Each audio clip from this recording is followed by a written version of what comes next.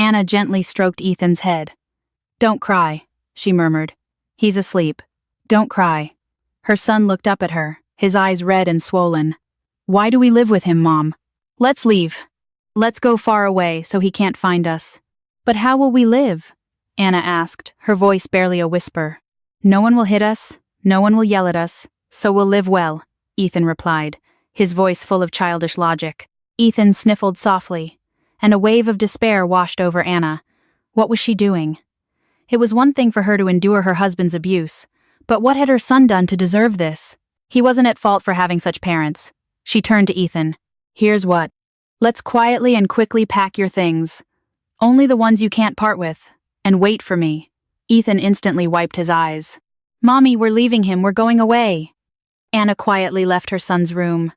Her husband's booming snores echoed through the house. She knew him well. He wouldn't wake until tomorrow afternoon. That gave them plenty of time to get far away. Especially now, he was calm and satisfied. Alexander was a monster. It was a shame Anna hadn't realized it sooner. No, if she had paid closer attention, if she had analyzed his behavior before Ethan's birth, she probably would have understood something. But she was a young, infatuated girl who noticed nothing. When Ethan was born, and Alexander realized that Anna couldn't leave him now, he gradually began to show his true colors. He didn't drink very often, once a week, sometimes once every 2 weeks, always only one day. But that one day, that one time, was enough for them for a long time. When her husband drank, he became a completely different person. All the filth, all the cruelty, and all the bad things within him poured out relentlessly. He would recall some non-existent transgressions of Anna's and teach her. He taught her so thoroughly that she was left with bruises. Then, when Ethan began to understand something and cried when his mother was hurt, his father started to teach him too. They lived in fear, knowing that even if they tried to tell someone, no one would ever believe them. To everyone, Anna was a slacker, living off her husband, who worked, built his business, and fed, clothed, and shod them. And all of it respectably, no matter how hard it was for him. Anna listened to all these words from her husband when he taught her a lesson and believed him, because she knew him very well. She quietly crept into his study, entered the password on the safe, opened it silently, took her documents and her son's documents.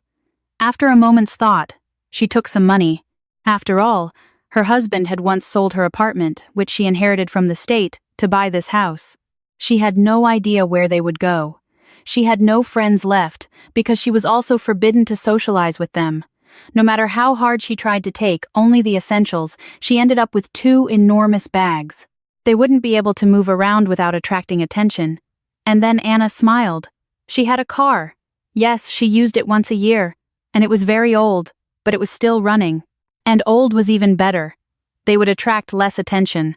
She just needed to try to drive on roads without cameras. The main highways were literally covered with them. "Son, are you ready?" Ethan looked at her, scared. For his 6 years, he had 2 grown-up gays. "Mommy, I really want to take my teddy bear. I know he's big, but he's my friend." "Okay, take him. Let's go." Anna picked up the bags. One held her things, the other Ethan's. At the door, she turned around, struggling to suppress the urge to light a match, just sighed, and left. When Ethan realized they were going by car, he said, scared, "Daddy will be mad." "Let him be mad, we'll drive far away." "This is my car, he can drive his own." They slowly, to avoid revving the engine, pulled out of the yard. After a second's thought, Anna turned left.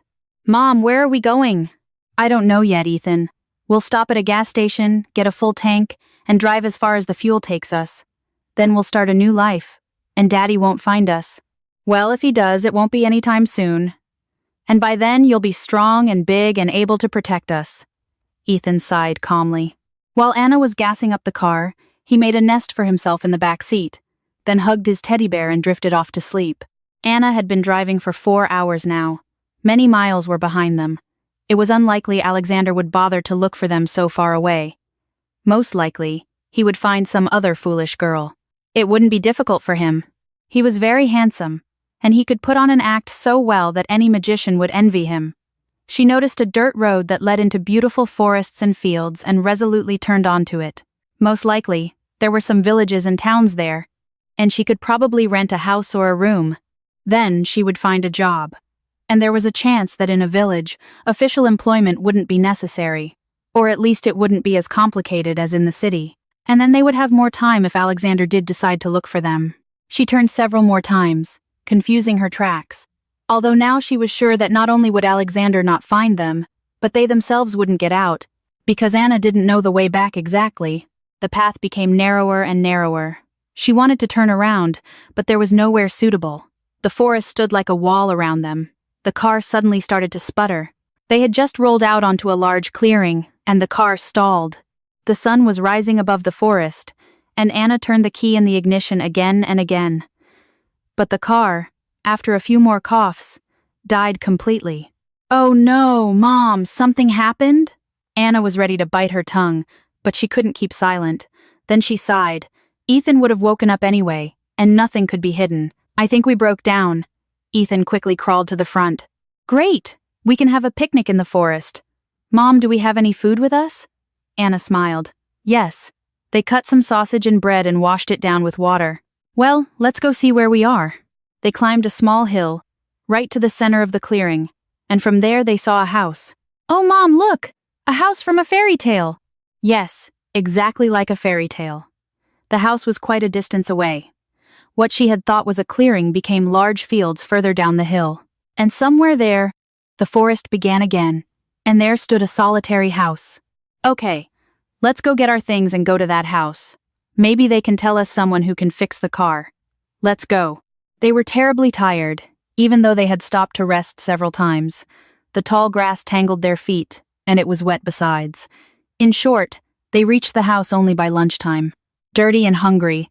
The house was surrounded by a high fence, but the gate was open. "Why did you stop?" "You've exhausted the boy. Come in." Anna flinched. To the side, in the shade, stood a woman or an old lady. It was hard to tell, because the black shawl she was wrapped in hid half of her face. "Hello, Mrs. Johnson." "Come in," she said, cutting her off. "The boy is completely exhausted." Ethan truly was tired, so his only wish was to fall down and sleep. Inside the house, everything was exactly as they had imagined. The only modern item was an electric kettle. It didn't fit into the interior at all. Anna even thought, "I wonder where the electricity comes from in the forest." Mrs. Johnson quickly set the table. "Why did you walk through the grass like that? There's a good road on the left." "We didn't notice," Anna replied. "Oh well, not surprising." The woman removed her shawl and turned out to be elderly, but not an old woman. After eating, Ethan snuggled up to his mother. "What's wrong, son?" "My head hurts." Anna placed her hand on his forehead. "You're burning up." Mrs. Johnson sighed. "Okay, we'll make you some medicinal tea now. But I have medicine. No need to feed the child all that chemicals." 10 minutes later, Ethan, tucked into bed and wrapped in a blanket, was drinking tea. He was getting better. Anna could see it. "Mrs. Johnson stroked his head and whispered something. "There's a lot of fear in your son." "Well, yes, we have plenty of fear. Will you shelter us until I find someone to look at our car?" The woman looked at her strangely and then turned back to Ethan. He seemed to have closed his eyes, as if wanting to sleep, but kept tossing and turning, moaning. Then Mrs. Johnson placed her hand on his forehead and quietly sang. Anna didn't flinch, she froze. She had heard that song only once, but she would never forget it in her life. Once, when her husband had drunk too much, he started talking about his mother. She, you understand, abandoned me. Then followed a string of expletives. And she pretended to be so good, even sang lullabies to me when I was little. And he had even hummed the song to her. Anna had never heard it before, but she remembered it for life. Because after Alexander shouted that all women in the world were bad, he beat her particularly brutally. Ethan fell asleep, and Anna didn't move. "Why are you frozen? Your son will be fine. He'll wake up and won't remember feeling bad. It's a lullaby." "What? Excuse me, do you have a son?" Mrs. Johnson's face darkened. "I once did, but he's been gone for a long time. He died to me." "Yes. Is his name Alexander?" The woman flinched, looked at Ethan, then at Anna. "My God, and I was wondering who he reminded me of. Why did you come here?" The woman stood up and looked at Anna angrily. "He took everything from me. My husband, my money, my life. What else do you want? We ran away from him. We just drove wherever our eyes led us, just so he wouldn't find us. But if you're uncomfortable having us here, we'll leave." The woman sank down, tired. "I had hoped I would never hear about him again. He's a monster." And yes, he wasn't our biological son. My husband and I adopted him when we realized we wouldn't have children of our own. Alexander was a good boy when he was little. He killed my husband accidentally, but it made him laugh. He tormented me. I cursed him, told him he should never cross my path again, or he would die himself. And he believed me. Yes. You see, how do I explain? I heal people with my hands, herbs, words, but I can also harm them. He wanted me to do it at his command and for a lot of money. Anna covered her face with her hands. Mrs. Johnson said softly, "Don't be afraid, he won't look for you. He's a coward and only hurts those who can't fight back. If you had hit him with a frying pan even once, he would never have touched you again." A week passed. Ethan called Mrs. Johnson Grandma and simply followed her everywhere. He was fascinated by everything she did or showed him. Anna, meanwhile, took care of the house and garden. Mrs. Johnson sometimes said, "Anna, take a rest. I feel ashamed. You've taken all the housework from me." Anna just laughed. "It's a joy for me." Mrs. Johnson told her that if they crossed the bridge, there was a large town nearby, and as soon as Anna recovered, she should go there to enroll Ethan in school, and she could also inquire about work there. One evening, a young man appeared in the yard. "Hey, Auntie Nina? Oh, Nick, I've been waiting for you for a long time." "Ha, you know how to flatter a man's ego, Auntie Nina. So what do you need me for? And you, Nick, know how to fish for compliments. Well, you know I can't do without you here. I need you to look at a car." Anna's broke down. Nicholas looked at Anna in surprise. He probably wanted to ask who she was and where she came from, but he asked something else. "And where is your car, madam?" Anna smiled. "Over there, on the other side of the field." Nicholas brought the car to the house 2 days later. "Oh, these women." Anna glanced shyly at Nicholas, and Mrs. Johnson smirked. Ethan, as always, was delighted, because in 2 days Uncle Nick had made him a real kite, brought him a bicycle from somewhere, and also promised to teach him how to fish. People occasionally came to Mrs. Johnson, and Anna and Ethan, to avoid disturbing them, would go to the river.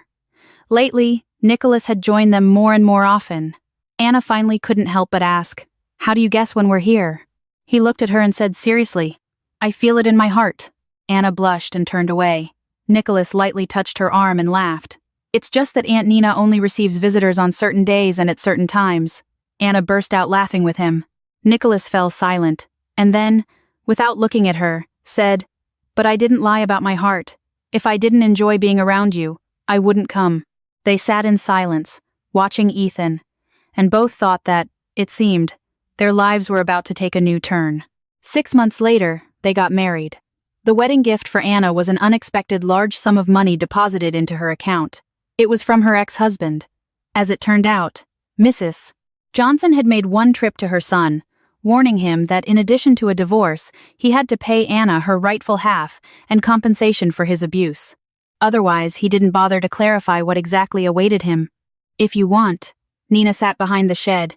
"Mom won't come here. The nettles are taller than the roof here." Well, at least she shouldn't. All she could do was hope. Just half an hour ago, the girl had received a lecture from her mother about her torn jacket. She had miraculously slipped out into the street and almost immediately saw Miss Miller, who was heading towards their house. This was scarier than a torn jacket. Miss Miller was her homeroom teacher. She often promised to go to Nina's house to talk to her mother, but somehow it always worked out. But today she was coming. The girl darted around the yard. What to do? Where to hide? Her mom, of course, might yell and even give her a switch on her bottom. But she was forgiving. Her temper quickly faded.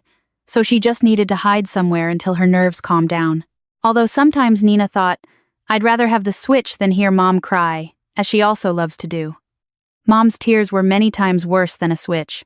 In general, Nina always tried to make things better for her mom, otherwise people would say all sorts of things. And today she had torn her jacket defending their family's honor. Jack Johnson, they never got along with him because he was annoying. So, this Jack started to tease her first, saying she didn't have a dad and her mom didn't even know who he was. Why should Nina keep quiet? She first wanted to answer, but then she thought Jack wouldn't understand words anyway, so she immediately rushed into battle. Jack was taller than her and much wider, but Nina didn't give up. She defeated him, though her jacket suffered. But Jack's suit was completely in tatters.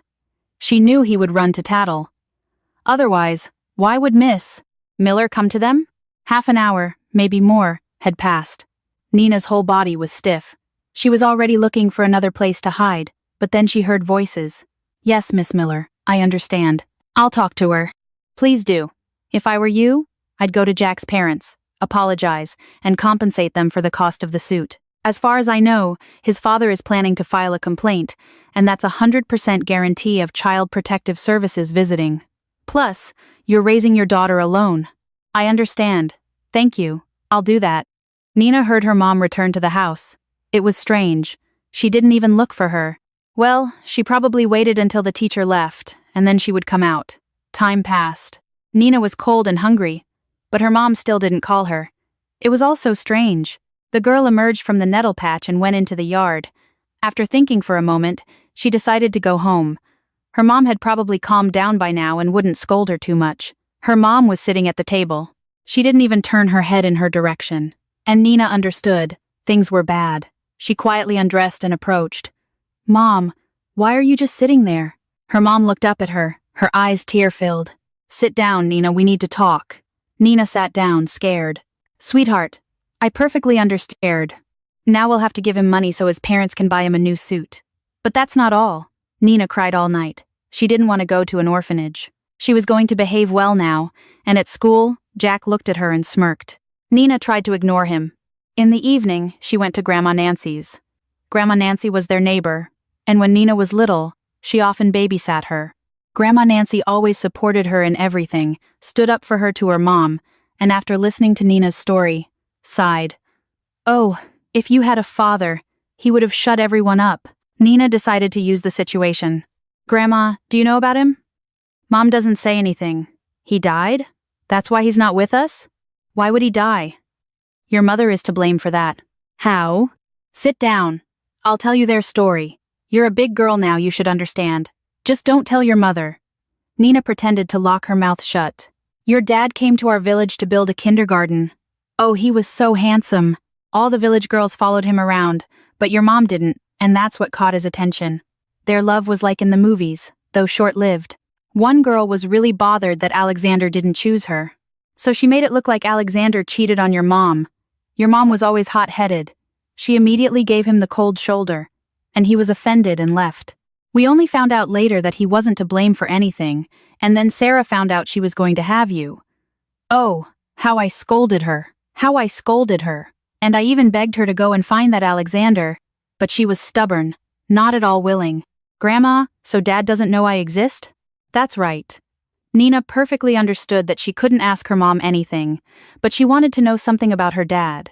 Grandma only remembered that his name was Alexander and that he was a builder. Nina thought for a week about what to do and how, and then she decided. She would find him herself, tell him everything, and then she would have a dad, and her mom would have a husband. And the other women wouldn't call her mom unwanted. She prepared meticulously. She even planned how to get on the bus to the city without attracting attention.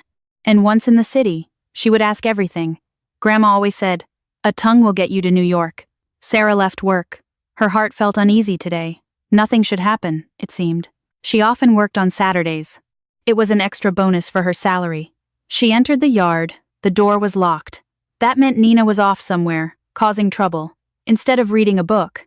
Although she didn't have to complain about her daughter's studies. She was a good student, everything came easily to her. Sarah put down her bag and suddenly noticed a note. Sometimes her daughter left her notes if she planned to stay out late. And Sarah would also list things she needed to do while she was at work. She picked up the note. Mom, don't worry. I went to find Dad. When I find him, he'll be happy, and we'll come together, and no one will bother us anymore. Her heart skipped a beat. It couldn't be. Nina, of course, had been to the city, but always with her. And anyway, how did she suddenly find out about Dad? Sarah rushed to Grandma Nancy's. Grandma, did you tell Nina anything about Alexander? Grandma pursed her lips, then replied, I did. What's wrong with that? She doesn't know anything. What have you done? Sarah leaned against the door. Her legs wouldn't hold her. Sarah, you look pale. What's wrong? What's so terrible? So the girl knows she wasn't found in a cabbage patch. What's wrong with that? She went to the city alone to find her father. Grandma Nancy collapsed into a chair. She left? Alone? That can't be. A second later, she was yelling at Sarah. Why are you falling apart here? Run to the sheriff. Even though he's new here, they speak highly of him. Run now. And Sarah ran as fast as she could. A young man sitting at the table immediately stood up to meet her. Something happened? Sarah apparently didn't look her best. My daughter. My child is missing. The man immediately put on his hat and picked up a pen. All right, let's calm down and take it in order. 10 minutes later, he was on the phone somewhere, dictating a description. Sarah was quietly crying. Let's go. She looked up at him with tear-filled eyes. Where? Where else? To the city.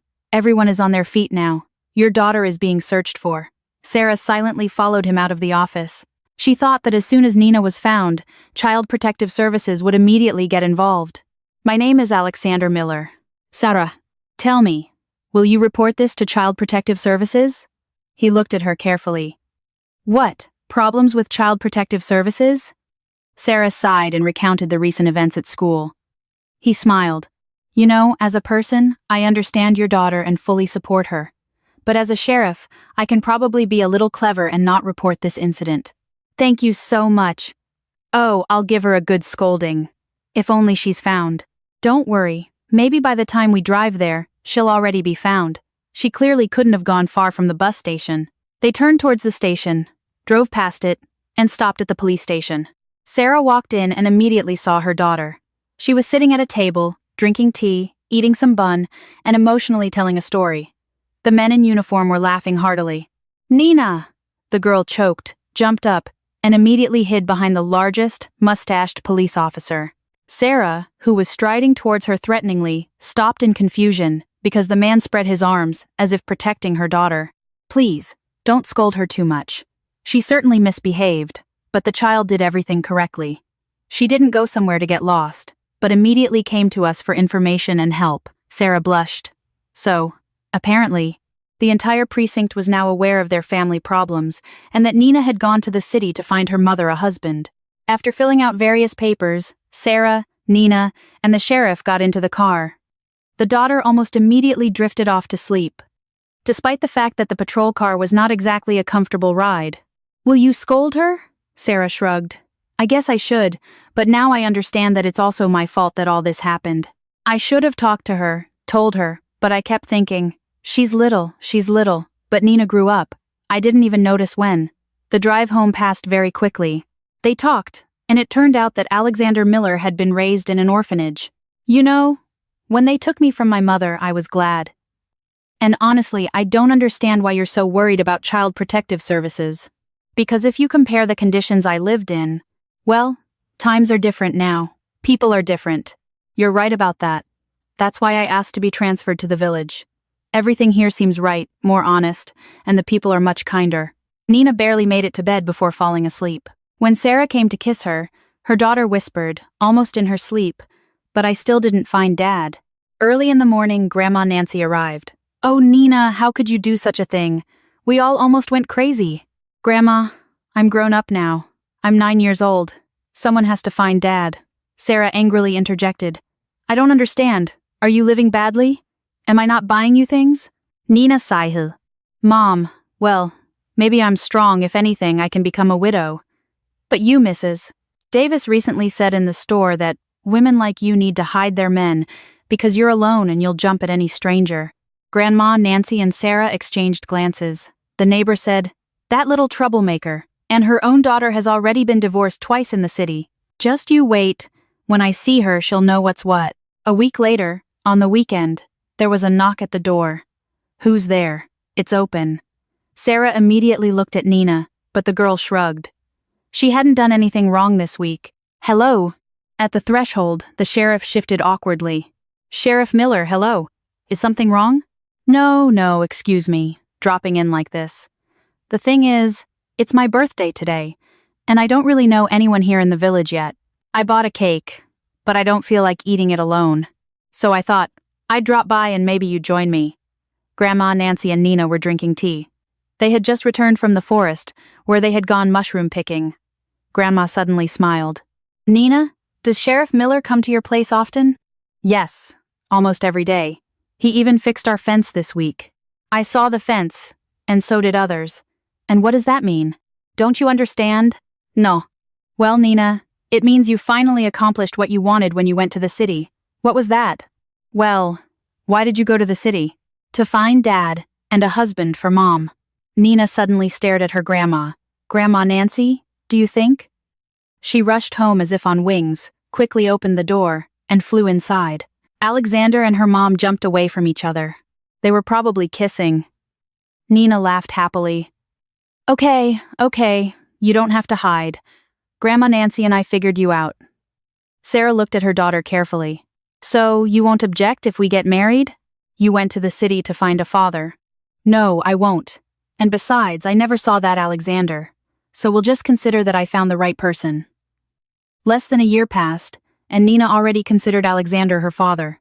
He treated her wonderfully, sometimes even hid her mischief from her mom.